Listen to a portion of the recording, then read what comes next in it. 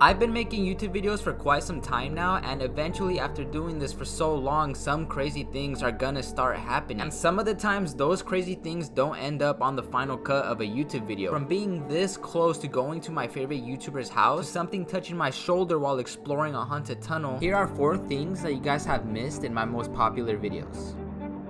By the way guys, I did get this idea from FaZe Rug, so credit goes to him. I just thought it'd be fun to tell my own stories right here on my channel. But anyways, let's get started off with story number 1, the secret to my video with FaZe Rug. So a quick backstory, back in January of 2023, I got invited to do a video with FaZe Clan and FaZe Rug, and the video that we did was we pretty much surprised FaZe Rug with 100 FaZe Rug clones. Now when FaZe Clan first hit me up, I actually thought it was fake, but then they sent out an email, pretty much saying how they wanted to do a Zoom meeting and just go over what we're gonna be doing in this video. So once I hopped in that Zoom meeting, that obviously confirmed that it was real. So of course I was extremely excited to do this video with them. And after a week or so of waiting, that day finally came. So me and my girlfriend went out to LA to the FaZe warehouse, and we filmed a little bit there for their video. They were doing like a boot camp thing, pretty much teaching us how to be FaZe Rug. And then they threw us on a bus and shipped us out to San Diego. And guys, this is where that secret lies. So we filmed that bit where we surprised FaZe Rug at a park in San Diego. But originally, we were supposed to shoot that bit at his house. In the Zoom meeting, they did tell us that we were gonna be going to FaZe Rug's house, and they even sent out like a schedule of like the times and everything, and on the schedule it said there, I believe it was like 2:30, arrive at Rug's house and shoot the bit with Rug. So of course, everyone was really eager and anxious to go to his house, but for some reason, we just never did. And they didn't really tell us why or give us an explanation, or they didn't even tell us that we were going to this park. We just kind of showed up there. And my guess is that in the Zoom meeting they did tell us to be very respectful when we get to Rug's house, because he was really iffy about having a whole bunch of people over at his house. And honestly, I completely understand. I wouldn't like it if 100 strangers were in my multi-million-dollar mansion with all these expensive things in there. So I guess just like last minute, Rug ended up not feeling comfortable enough, and they just kind of switched it last minute to be at a park, because it was near his house. I know that for a fact because we were in a really nice area. But yeah guys, that's the first secret. I was actually supposed to go to FaZe Rug's house. Number 2, balloon prank gone wrong. For this next video, I decided to pull a little prank on my roommate Chino. I decided to grab a whole bunch of balloons and just fill up his entire room with, I think it was like 400 balloons that we got. I hit up some friends to come help me fill them up, and it was also like his birthday was coming up, so it was just kind of perfect and it made sense. Fast forward to the day of the video, like I said, me and some friends, we were blowing up these balloons. It took us all day and we were all very lightheaded by the end of this. We finally came home from work, we surprised them, we had a good laugh, and the video pretty much ended right there. Now for a few days, Chino actually kept the balloons in his room because he said that he actually kind of liked it and he thought it was cool. When he was ready to get rid of them, we started to move them all downstairs, but they were kind of in the way, so I'm like, hey, why don't I just open up the backyard and we just start shoving them out there. Now Dominic and Chino told me that that's not a good idea because the wind could end up coming in and taking the balloons and just making a mess. But I was like, nah, like trust me, we'll be fine. They're not gonna go anywhere. We got a fence and we'll be good. But what happened?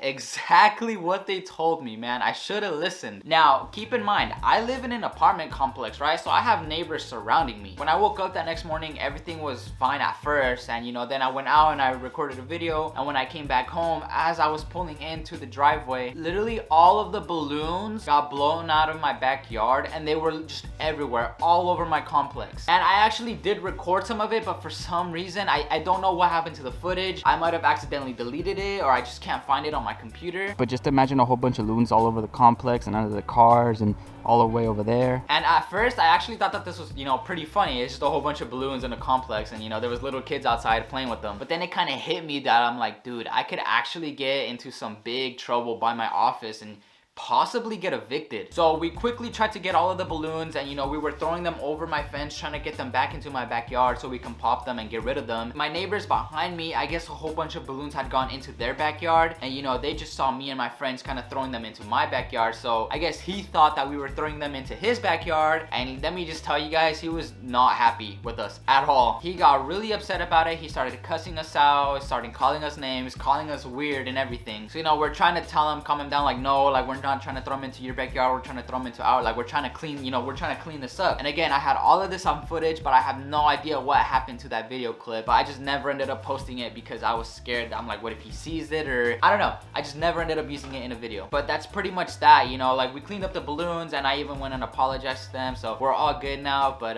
yeah, moral of the story is I should have listened to my friends and all of that would have been avoided. Number 3, cops showing up after lighting fireworks. So this is actually something that happened in one of my most recent videos, and the video that I'm referring to is my vlog where me and my girlfriend pranked my cousin. Towards the end of that video, Dominic had some fireworks that he got from when he went to Texas, and we thought it'd be fun to just go outside and mess around with them and light them up. So we light these fireworks. It was pretty fun. They looked cool, they looked pretty, and you know, it's just a little clip that went into my video. And as we were walking back home, my friend Chino said that there was actually somebody watching us through the window. Oh, listen.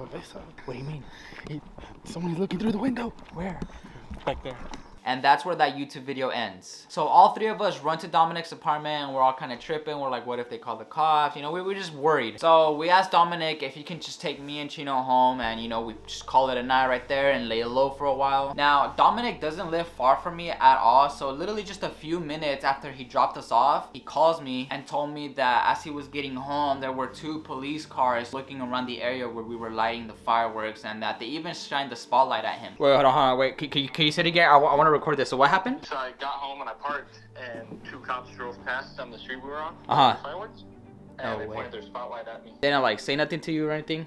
They saw me and they started driving. I don't know if they turned it or not. I ran my ass into my house. So. And luckily we didn't end up getting in trouble or anything. And just guys, just learn from my mistakes. Okay, don't be annoying like I am and wake people up or whatever. Don't go around playing with fireworks in the middle of the night, or at all if anything. But let's move on to the next story. Number 4, something touches my shoulder while exploring a haunted tunnel. For this final story, this is actually kind of a spooky one, and it also happened quite a while ago. It was literally 3 years ago. So back in December of 2020, me and my friend Eric and one of his friends decided to go to the FaZe Rug Haunted Tunnel. And if you don't know what the FaZe Rug Haunted Tunnel is, it's just pretty much the sewer tunnel in San Diego that is said to be haunted by this girl that was hit and killed by a drunk driver on that road. And the reason why it's called the FaZe Rug Haunted Tunnel is because back in the day, FaZe Rug used to go here a lot and make a lot of videos, and you know, it's just pretty much a staple on his channel, and this tunnel is known because of him. We get to the spot where the tunnel is. Guys, where the tunnel is, you have to go through these woods in between these houses, and you know, you got to go like down this little hill, and there you will see the tunnel. So honestly, just getting to the tunnel was already like very, very difficult because it was so scary. And we get to the tunnel, you know, I start recording my video, we go in there. After like 10, maybe 15 minutes of going into the tunnel, we hear something drop in the distance. Through there, bro.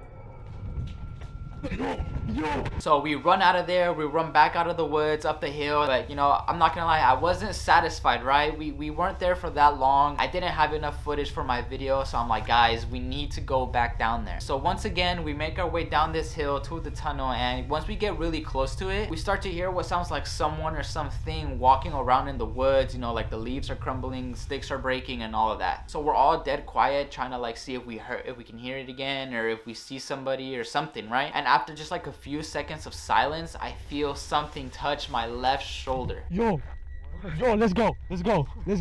Yo, something fucking touched my shoulder, dude. Something touched my shoulder right here, bro. And guys, okay, I am not kidding. Something actually did touch my shoulder, right? It felt like something just went like a tap like that. And you know, I'm like trying to figure out what it was. I didn't think it was my friends because you know, they were to my right side over here. You know, they were like all the way over here, and I feel like I would have seen, you know, somebody touch me. So I'm like freaking out. You know, we end up leaving after that. So we left, and then I go to put gas in my car. When I get out of my car, I see that there's a handprint on the hood of my car. Like my car was pretty, you know, dusty at the time. To this day, I know for a fact it wasn't me, and you know, my hand was too big, and so was Eric's. And to this day, again, I still don't know what that handprint was. But fast forward a week, my friend Eric texted me. He was like, hey, remember when we went to the tunnel and something touched your shoulder? Yeah, it was him that touched me. I didn't see his arm go around like this, but dude, I was freaked out. I remember I was like, bro, something touched my shoulder. I don't know what it was. I didn't think it was my friends, but it just turned out it was him. And he told me that he wasn't going to tell me, which is actually kind of messed up, bro, because that was messing with me for a little while. I was like, dude, I just got touched by a ghost. But no, it wasn't a ghost. It was just Eric.